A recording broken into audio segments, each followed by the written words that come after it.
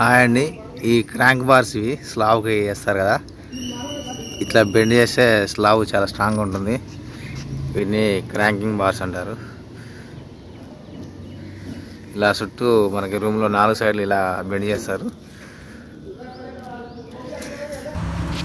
ఇలా మనకి beam to beam చుట్టూ రూమ్లో ఇలా బెండ్ చేయడం వల్ల మనకి రూమ్ కూడా స్టాండర్డ్గా ఉంటుంది. స్లాబు దీన్ని 2-వే స్లాబ్ అంటారు.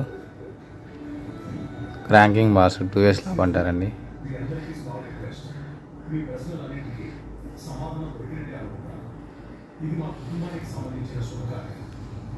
ఇలాంటి మరిన్ని వీడియోల కోసం మా ఛానల్ లైక్ అండ్ సబ్స్క్రైబ్ చేయండి.